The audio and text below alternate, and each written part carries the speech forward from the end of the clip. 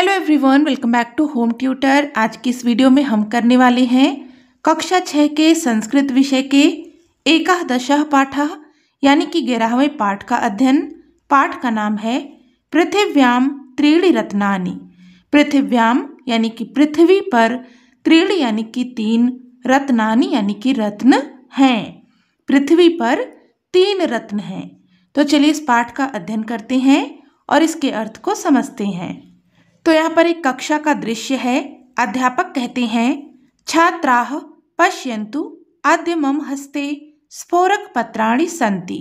छात्राः बच्चों, छात्रों या विद्यार्थियों, पश्यन्तु देखो, अद्य मम हस्ते, अद्य यानी कि आज, मम यानी कि मेरे, हस्ते यानी कि हाथ में, स्फोरक पत्राणि अर्थात स्फोरक पत्र, सन्ति यानी कि हैं। छात्रों देखो, आज मेरे हाथ में स्फोरक पत्र हैं।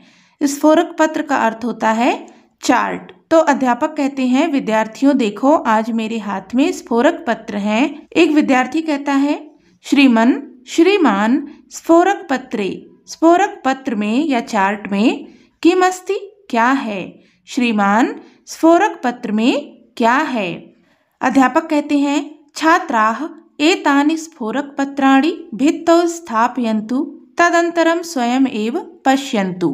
छात्राः छात्रों या विद्यार्थियों, एतानि इन स्फोरक पत्राणि स्फोरक पत्रों को या चार्टों को, भित्तौ यानी कि दीवारों पर, स्थापयन्तु स्थापित करो या लगाओ। बच्चों इन स्फोरक पत्रों को दीवारों पर लगाओ, तदंतरम इसके पश्चात, स्वयं एव खुद ही, पश्यन्तु देखो, इसके पश्चात खुद ही देखो। तो यहाँ पर एक छात्रा कहती है, श्रीमान स्फोरक पत्रे, स्फोरक पत्र में, तू यानी कि तो, सुंदरम चित्रम सुंदर चित्र, अस्ति यानी कि है। श्रीमान स्फोरक पत्र में तो सुंदर चित्र है। श्लोकाः श्लोक अपि यानी कि भी, सन्ति यानी कि हैं, श्लोक भी हैं। श्रीमान स्फोरक पत्र में तो सुंदर चित्र हैं, श्लोक भी हैं। अध्यापक कहते हैं, सत्यम सही है, एतानि सुभाषितानि सन्ति, एतानि ये, सुभाषितानि सुभाषित, सन्ति यानी कि हैं, सच है या सही है, ये सुभाषित हैं। सुंदर वचनानि एव, सुंदर वचन ही, सुभाषितानि भवन्ति, सुभाषित होते हैं। एतानि अस्माकं कृते, एतानि यानी कि ये, अस्माकं कृते हमें, उत्तम कार्यार्थम उत्तम कार्य के लिए, अच्छे काम के लिए, प्रेरणा यच्छन्ति देते हैं। ये हमें अच्छे कार्य के लिए प्रेरणा देते हैं। सही है, ये सुभाषित हैं। सुंदर वचन ही सुभाषित होते हैं। ये हमें अच्छे कार्य के लिए, उत्तम कार्य के लिए प्रेरणा देते हैं। यहाँ पर बच्चे कहते हैं, श्रीमन तरहि वयम सुभाषितानि पठामः। श्रीमन यानी कि श्रीमान, तरहि तब, वयम हम सब, सुभाषितानि सुभाषित, पठामः पढ़ते हैं। श्रीमान तब हम सब सुभाषित पढ़ते हैं। अब यहाँ पर सुभाषित दिए गए हैं। जैसा कि अध्यापक ने बताया था, सुभाषित क्या होते हैं, सुंदर वचन होते हैं। ऐसे वचन होते हैं जो हमें जीवन में अच्छे कार्य करने की प्रेरणा देते हैं। हमें क्या करना चाहिए, क्या नहीं करना चाहिए, इसका ज्ञान देते हैं। तो यहाँ पर पहला सुभाषित है, पृथिव्याम त्रीणि रत्नानि जलमन्नम सुभाषितम मूढ़हि पाषाण खंडेषु रत्न संज्ञा विधीयते। इस श्लोक का पदच्छेद है, पृथिव्याम त्रीणि रत्नानि जलम अन्नम सुभाषितम मूढ़हि पाषाण खंडेषु रत्न संज्ञा विधीयते। इसका अन्वय है, पृथिव्याम जलम अन्नम सुभाषितम इति त्रीणि रत्नानि सन्ति मूढ़हि पाषाण खंडेषु रत्न संज्ञा विधीयते। पृथिव्याम यानी कि पृथ्वी पर, जलम अन्नम जल अन्न, सुभाषितम इति सुभाषित ये, त्रीणि रत्नानि 3 रत्न, सन्ति यानी कि हैं। पृथ्वी पर जल अन्न सुभाषित ये तीन रत्न हैं। मूढ़हि यानी कि मूर्ख, पाषाण खंडेषु, पाषाण यानी कि पत्थर, खंडेषु यानी कि टुकड़े, पत्थर के टुकड़ों को रत्न संज्ञा, रत्नों की संज्ञा विधीयते देते हैं। पृथ्वी पर तीन रत्न हैं। कौन कौन से? जल, अन्न और सुभाषित। मूर्ख पाषाणों को यानी कि पत्थर के टुकड़ों को रत्न की संज्ञा देते हैं। सुभाषित का भावार्थ क्या है, यानी कि इसको कहने के पीछे क्या भाव है, वो यहाँ पर दिया गया है। तो चलिए इसके भावार्थ को पढ़ते हैं। पृथिव्याम त्रीणि रत्नानि सन्ति, पृथिव्याम यानी कि पृथ्वी पर, त्रीणि रत्नानि सन्ति तीन रत्न हैं। पृथ्वी पर तीन रत्न हैं। तानि रत्नानि यानी कि वे रत्न या उन रत्नों में जलम अन्नम सुभाषितम, जल, अन्न, सुभाषित, च यानी कि और, भवंत यानी कि होते हैं। पृथ्वी पर तीन रत्न हैं। उन रत्नों में जल, अन्न और सुभाषित होते हैं। किंतु लेकिन मूर्ख जनाः, मूर्ख लोग, तो यानी कि तो, पाषाण खंडान, पत्थर के टुकड़ों को, रत्नानि इति वदन्ति, रत्न ऐसा कहते हैं। तो यहाँ पर क्या बता रहे हैं कि पृथ्वी पर तीन रत्न होते हैं। तीन चीजें ऐसी हैं जो रत्न के समान होती हैं। रत्न कैसे होते हैं? बहुमूल्य होते हैं। तो तीन चीजें ऐसी हैं जो बहुमूल्य हैं। वो कौन कौन सी चीजें हैं? जल यानी कि पानी, अन्न यानी कि अनाज और सुभाषित। ये तीन चीजें ऐसी हैं जो रत्नों के समान हैं, अमूल्य हैं। लेकिन जो मूर्ख लोग हैं वो पाषाण के खंडों को यानी कि पत्थर के टुकड़ों को, पत्थर के टुकड़े कैसे? जो चमकीले पत्थर होते हैं जैसे कि हीरा, पन्ना, मूंगा, जिन्हें विभिन्न नामों से जाना जाता है, तो उन्हें रत्नों की संज्ञा देते हैं, अर्थात उन्हें बहुमूल्य मानते हैं। जबकि बहुमूल्य चीजें क्या हैं?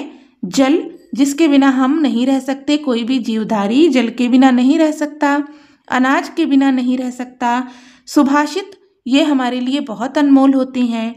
लेकिन जो मूर्ख लोग होते हैं वो इन चीज़ों को छोड़कर, जो हीरा, पन्ना, मोती इत्यादि चमकीले पत्थर हैं, इन्हें अनमोल मानते हैं। जबकि अनमोल चीज़ें क्या हैं? जल, अन्न और सुभाषित। अगला है अयम निजः परो वेत्ति गणना लघुचेतसाम उदार चरिता नाम तु वसुधैव कुटुम्बकम। इसका पदविच्छेद है अयम निजः परः व इति गणना लघु चेतसाम उदार चरिता नाम तु वसुधा एव कुटुम्बकम। इसका अन्वय है अयम निजः परः व इति गणना लघु चेतसाम जनानाम भवति उदार चरिता नाम जनानाम तु वसुधा एव कुटुम्बकम भवति।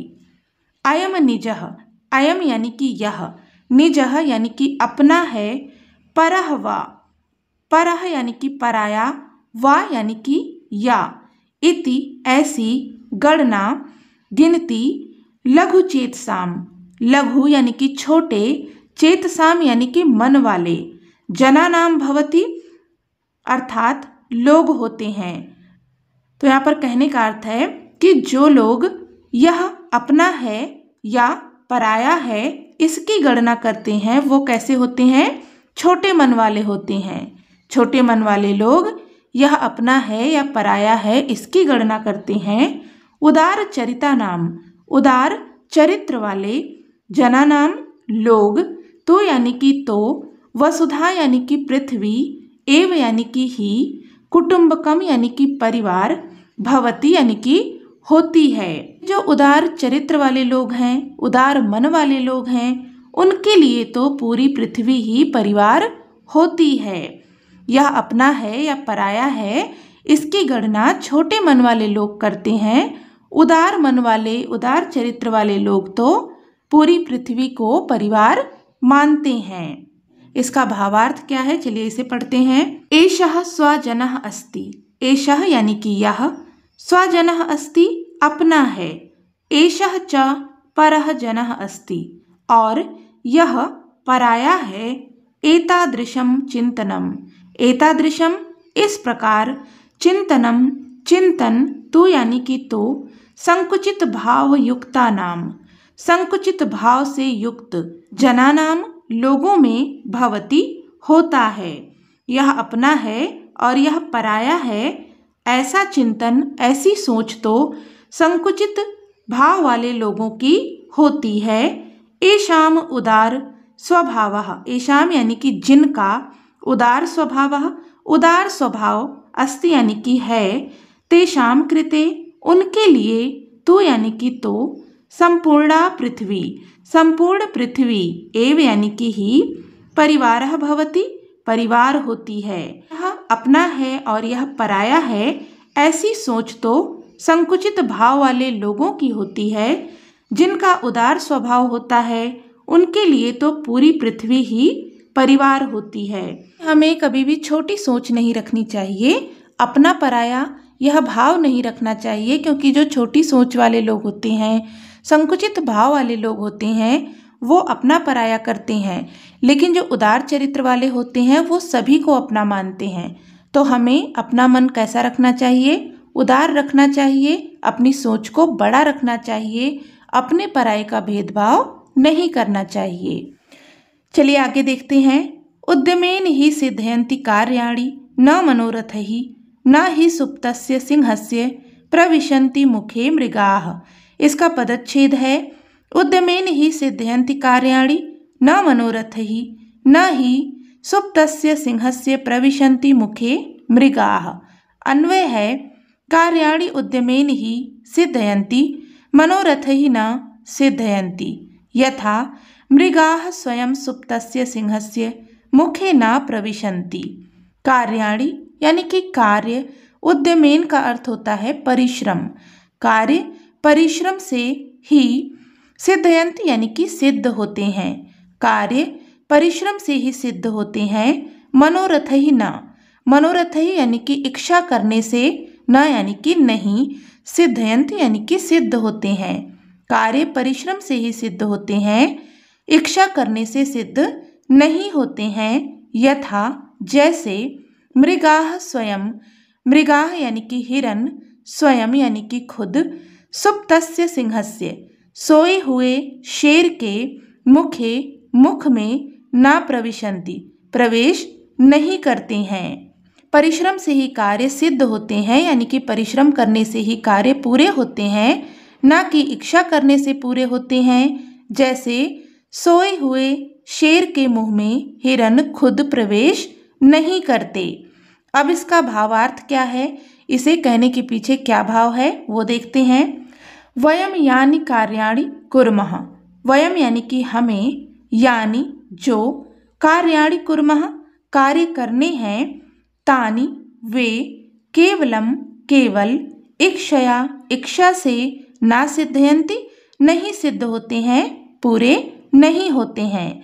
हमें जो भी कार्य करने हैं या जो भी कार्य हमें करना चाहिए वे केवल इच्छा करने से पूरे नहीं होते हैं। हमें मान लो खाना खाना है तो हम केवल सोच लें कि हमें खाना खाना है, तो क्या वो पूरा होगा? नहीं पूरा होगा। हमें जो भी कार्य करना है वह केवल सोचने से, इच्छा करने से पूरा नहीं होता। कार्यस्य सिद्ध्यर्थम परिश्रमः तु आवश्यकः एव, कार्यस्य यानी कि कार्य के, सिद्ध्यर्थम पूरा होने के लिए, परिश्रमः परिश्रम, तो यानी कि तो, आवश्यकः एव आवश्यक ही है। कार्य को पूरा करने के लिए परिश्रम तो आवश्यक ही है। सिंहः यद्यपि, सिंहः यानी कि शेर, यद्यपि शक्तिमान भवति शक्तिशाली होता है, यद्यपि शेर शक्तिशाली होता है, तथापि तो भी, आहारस्य कृते भोजन के लिए, सह यानी कि वह, अप यानी कि भी, परिश्रम करोति परिश्रम करता है। हालांकि शेर शक्तिशाली होता है लेकिन भोजन के लिए वह भी परिश्रम करता है। सुप्तस्य सिंहस्य सोए हुए शेर के, मुखे मुख में, मृगाः हिरण, स्वयं एव खुद ही, न यानी कि नहीं, प्रविशन्त यानी कि प्रवेश करते हैं। सोए हुए शेर के मुख में हिरण स्वयं ही प्रवेश नहीं करते हैं। हमें जो कार्य करने हैं वे केवल इच्छा से पूरे नहीं होते, कार्य को पूरा करने के लिए परिश्रम तो आवश्यक है। सिंह यद्यपि बहुत शक्तिशाली होता है लेकिन भोजन के लिए वह भी परिश्रम करता है। सोए हुए शेर के मुख में हिरण स्वयं प्रवेश नहीं करते। कोई भी कार्य सिर्फ सोचने से पूरा नहीं होता। हम मन में सोच लें कि ऐसा हो जाए और हो जाए, तो ऐसा नहीं होता है। शेर बहुत शक्तिशाली होता है, लेकिन उसकी शक्ति को देखकर भोजन उसके मुख में स्वयं नहीं चला जाता। उसे भी भोजन करने के लिए शिकार करना पड़ता है। इसलिए कोई भी कार्य कैसे पूरे होंगे? जब हम परिश्रम करेंगे। अगला है अभिवादनशीलस्य नित्यं वृद्धोपसेविनः चत्वारि तस्य वर्धन्ते आयुर्विद्या यशोबलम। इसका पदच्छेद है अभिवादनशीलस्य नित्यं वृद्धोपसेविनः चत्वारि तस्य वर्धन्ते आयुः विद्या यशः बलम। अन्वय है तस्य नित्यं अभिवादनशीलस्य वृद्धोपसेविनः आयुः विद्या यशः बलम च इति चत्वारि वर्धन्ते। तस्य यानी कि उसका, नित्यम यानी कि हमेशा, अभिवादनशीलस्य अभिवादनशील का, वृद्धोपसेविनः वृद्धों की सेवा करने वाला, आयु यानी कि उम्र, विद्या यशः यानी कि यश, बलम यानी कि बल, च यानी कि और, चत्वारि वर्धन्ते चार बढ़ते हैं। अभिवादनशील और नित्य वृद्धों की सेवा करने वाले की चार चीजें हमेशा बढ़ती हैं। कौन कौन सी? आयु, विद्या, यश और बल। ये चार चीजें हैं जो उस मनुष्य की हमेशा बढ़ती हैं जो अभिवादनशील है, यानी कि दूसरों का अभिवादन करता है और वृद्धों की सेवा करता है। आइए इसके भावार्थ को समझते हैं। यह जनः जो मनुष्य सर्वदा हमेशा वृद्धानाम वृद्धों की, ज्येष्ठानाम च और बड़ों की, सेवाम सेवा, सम्मानम च और सम्मान, करोति करता है। जो मनुष्य हमेशा वृद्धों और बड़ों की सेवा और सम्मान करता है, तथा च और यह जो, तान उन्हें, सविनयम विनम्रता के साथ, प्रणमिति प्रणाम करता है, तस्य जनस्य उस मनुष्य का, आयु विद्या यशः बलम च वर्धन्ते, उम्र, विद्या, यश और बल बढ़ते हैं। जो मनुष्य हमेशा वृद्धों और बड़ों की सेवा और सम्मान करता है और उन्हें विनय के साथ, विनम्रता के साथ प्रणाम करता है, उस मनुष्य का आयु, विद्या, यश और बल बढ़ते हैं। अगला है उद्यमः साहसं धैर्यं बुद्धि शक्ति पराक्रमः षडेते यत्र वर्तन्ते तत्र देवः सहायकृत। इसका पदच्छेद है उद्यमः साहसं धैर्यं बुद्धि शक्ति पराक्रमः षड एते यत्र वर्तन्ते तत्र देवः सहायकृत। अन्वय है यत्र उद्यमः साहसं धैर्यं बुद्धि शक्ति पराक्रमः च एते षड वर्तन्ते तत्र देवः सहायकृत भवति। यत्र यानी कि जहाँ, उद्यमः परिश्रम, साहसम साहस, धैर्यम धैर्य, बुद्धि बुद्धि, शक्ति शक्ति, पराक्रमः च और पराक्रम, एते ये, षड यानी कि छह, वर्तन्ते होते हैं, तत्र वहाँ, देवः देवता, सहायकृत सहायता करते हैं। जहाँ पर ये छह चीजें होती हैं, कौन कौन सी? परिश्रम, साहस, धैर्य, बुद्धि, शक्ति और पराक्रम। जहाँ पर ये छह चीजें होती हैं वहाँ देवता भी सहायता करते हैं। इसके भावार्थ को समझते हैं। यह जनः परिश्रमं करोति। यह जनः जो मनुष्य, परिश्रमं करोति परिश्रम करता है। जो मनुष्य परिश्रम करता है, मेहनत करता है, साहसम करोति साहस करता है, धैर्यम धरति धैर्य को धारण करता है, बुद्धि प्रयोगम करोति बुद्धि का प्रयोग करता है, बलशाली वर्तते बलशाली है, बलवान है, पराक्रमी च वर्तते और पराक्रमी है, तस्य उसके, कार्ये कार्य में, परमेश्वरः परमेश्वर, अप यानी कि भी, सहायताम करोति सहायता करते हैं। जो मनुष्य परिश्रम करता है, साहस करता है, धैर्य को धारण करता है, बुद्धि का प्रयोग करता है, बलशाली है और पराक्रमी है, उसके कार्यों में परमेश्वर भी सहायता करते हैं। तो हमने बहुत बार सुना होगा कि जो खुद अपनी मदद करते हैं ईश्वर भी उनकी मदद करता है। तो यहाँ इस सुभाषित के माध्यम से भी यही बता रहे हैं कि जिनके पास परिश्रम है, यानी कि जो परिश्रम करता है, साहसी है, धैर्यवान है, बुद्धिमान है, शक्तिवान है और पराक्रमी है, उसकी सहायता देवता भी करते हैं। अगला है विद्या ददाति विनयम विनयात याति पात्रताम पात्रत्वात् धनम प्राप्नोति धन धर्मम ततः सुखम। पदच्छेद है विद्या ददाति विनयम विनयात याति पात्रताम पात्रत्वात् धनम आपनोति धनात् धर्मम ततः सुखम। अन्वय है विद्या विनयम ददाति मनुष्यः विनयात पात्रताम याति पात्रत्वात् धनम आपनोति धनात् धर्मम ततः सुखम च आपनोति। विद्या विनयम ददाति, विद्या विनयम यानी कि विनम्रता, ददाति यानी कि देती है, विद्या विनय देती है, मनुष्यः विनयात मनुष्य विनय से विनम्रता से, पात्रताम पात्रता यानी कि योग्यता, याति यानी कि आती है, मनुष्य में विनम्रता से योग्यता आती है, पात्रत्वात् पात्रता से या योग्यता से, धनम आपनोति धन आता है, योग्यता से धन आता है, धनात् धर्मम धन से धर्म, ततः तब या इसके पश्चात, सुखम सुख, च यानी कि और, आपनोत यानी कि प्राप्त होता है। विद्या विनम्रता देती है, विनम्रता से योग्यता आती है, योग्यता से धन आता है, धन से धर्म और धर्म से सुख की प्राप्ति होती है। आइए इसके भावार्थ को समझते हैं।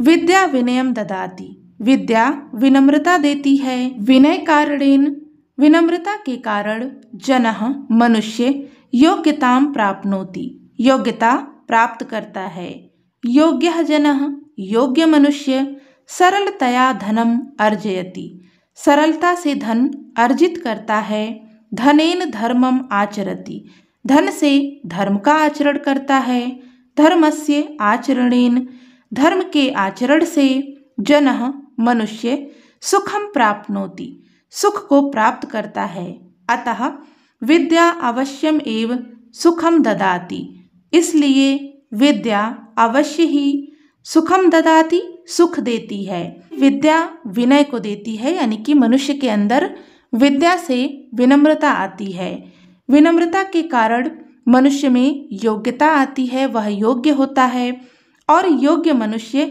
सरलता से धन को अर्जित करता है। जिसके अंदर योग्यता होगी वो क्या करेगा, आसानी से धन कमा लेगा, और धन जब मनुष्य के पास होगा तो उससे वह धर्म का आचरण करेगा, यानी कि जब धन है तो उससे हम दूसरे की सहायता कर सकते हैं, धन है तो उससे बहुत अच्छे अच्छे कार्य कर सकते हैं। तो धन से धर्म का आचरण करता है मनुष्य, और धर्म का आचरण करने से मनुष्य को सुख की प्राप्ति होती है। जब आप कोई अच्छे काम करते हैं, किसी की सहायता करते हैं, तो उससे क्या होता है, सुख की प्राप्ति होती है।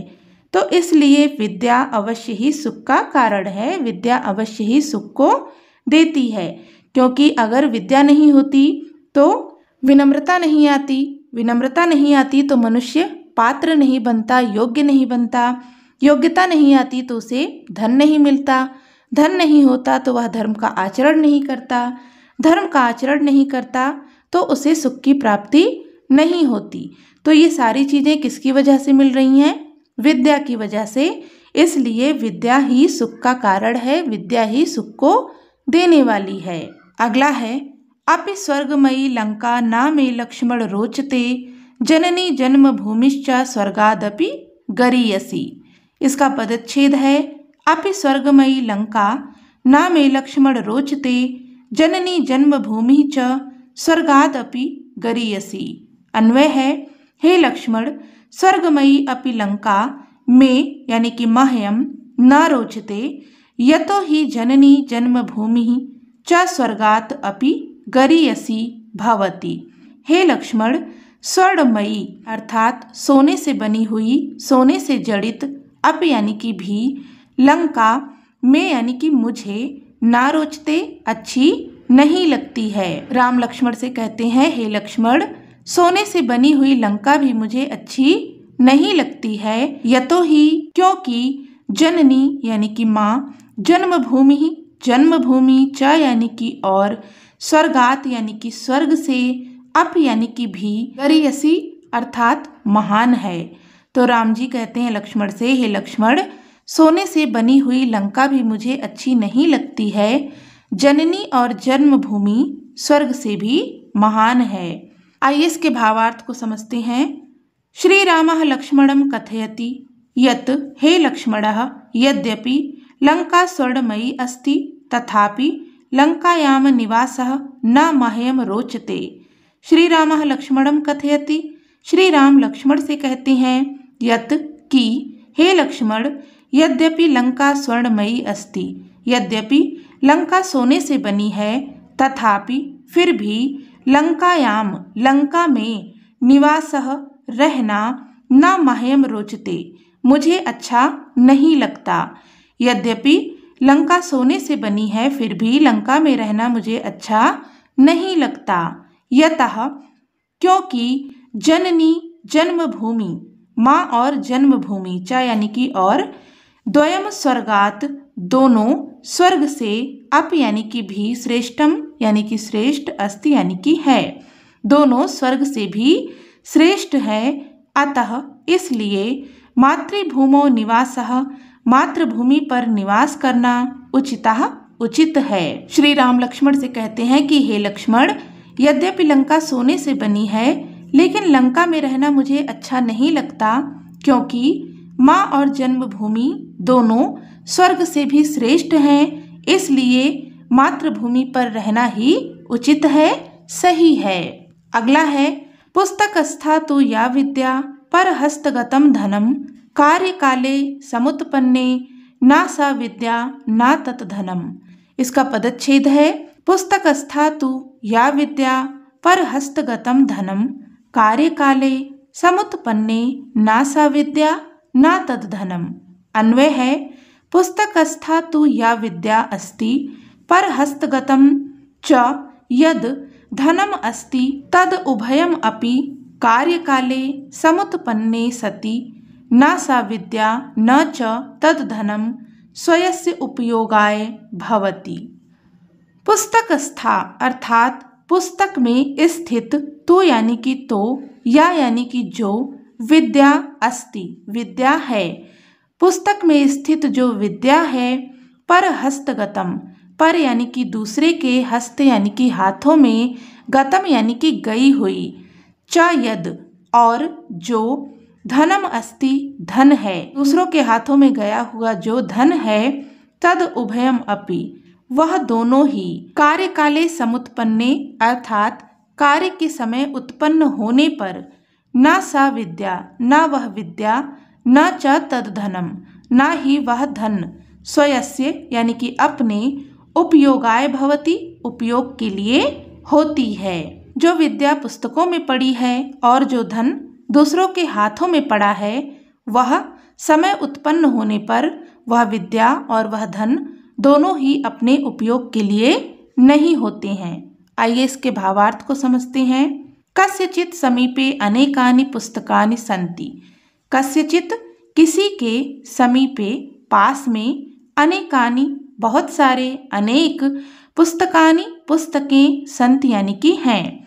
किसी के पास बहुत सारी पुस्तकें हैं, किंतु लेकिन, यदि तानि न कदापि पठतानि, यदि तानि यानी कि उन्हें, न यानी कि नहीं, कदापि कभी भी, पठितानि यानी कि पढ़ते हैं। अगर किसी के पास बहुत सारी पुस्तकें हैं लेकिन उन्हें कभी भी नहीं पढ़ते हैं, तरही तब, पुस्तके लिखितम पुस्तक में लिखित, ज्ञानम ज्ञान, समागते अवसरे समय आने पर, सहायकम न भवति सहायक नहीं होता है, अपितु बुद्धिस्था बुद्धि में स्थित, विद्या एव यानी कि ही, कार्यम यानी कि कार्य को, साधयत यानी कि सिद्ध करती है, पूरा करती है। अर्थात अगर किसी के पास बहुत सारी पुस्तकें हैं लेकिन वह उन पुस्तकों को कभी नहीं पढ़ता, तो पुस्तक में लिखा हुआ ज्ञान समय आने पर उसकी सहायता नहीं करता, वह ज्ञान सहायक नहीं होता, बल्कि बुद्धि में स्थित ज्ञान ही कार्य को सिद्ध करता है। एवमेव उसी प्रकार अन्येभ्यः दूसरों को प्रदत्तम दिया हुआ धनम धन अप यानी कि भी समागते अवसरे समय पर या अवसर आने पर सहायकम ना भवति सहायक नहीं होता है। उसी प्रकार से दूसरों को दिया हुआ धन भी समय आने पर सहायक नहीं होता है। स्वहस्ते अपने हाथ में, यत जो धनम भवति धन होता है, तदेव वही धनम धन कार्यम सिद्धयति कार्य को सिद्ध करता है। अपने हाथ में जो धन होता है वही कार्य को सिद्ध करता है। तो यहाँ पर कह रहे हैं कि अगर हमारे पास बहुत सारी पुस्तकें हैं, उसमें बहुत सारी ज्ञान की बातें लिखी हैं, लेकिन हमने कभी भी उन पुस्तकों को नहीं पढ़ा, तो समय आने पर वह हमारे किसी भी काम की नहीं है। क्योंकि बुद्धि में जो ज्ञान है, अगर हमने उस पुस्तक को पढ़ा होता, वह ज्ञान हमारे बुद्धि में होता, तो समय आने पर वह हमारे काम आता। इसी प्रकार से दूसरों को जो धन हम दे देते हैं वह हमारे किसी काम का नहीं होता। अगर हमारे हाथ में है धन, हमारे पास में पैसा है, तो समय आने पर हम उसका उपयोग कर सकते हैं, लेकिन दूसरों को दिया हुआ धन हमारे किसी भी काम का नहीं होता। तो छात्रों, इस प्रकार से हमने यहाँ पर इस पाठ का अध्ययन कर लिया, इसके अर्थ को समझ लिया। उम्मीद करती हूँ कि यह वीडियो आपके लिए हेल्पफुल रही होगी। इस पाठ से संबंधित कोई भी डाउट हो तो आप कमेंट करके पूछ सकते हैं। इसके अभ्यास को हम करेंगे अपने अगले वीडियो में। वीडियो हेल्पफुल लगी हो तो प्लीज़ इसे हाइप करें, लाइक करें, दोस्तों के साथ में शेयर करें। चैनल पर नए हैं तो सब्सक्राइब भी कर लें। मिलते हैं नेक्स्ट वीडियो में, तब तक के लिए take care and bye bye.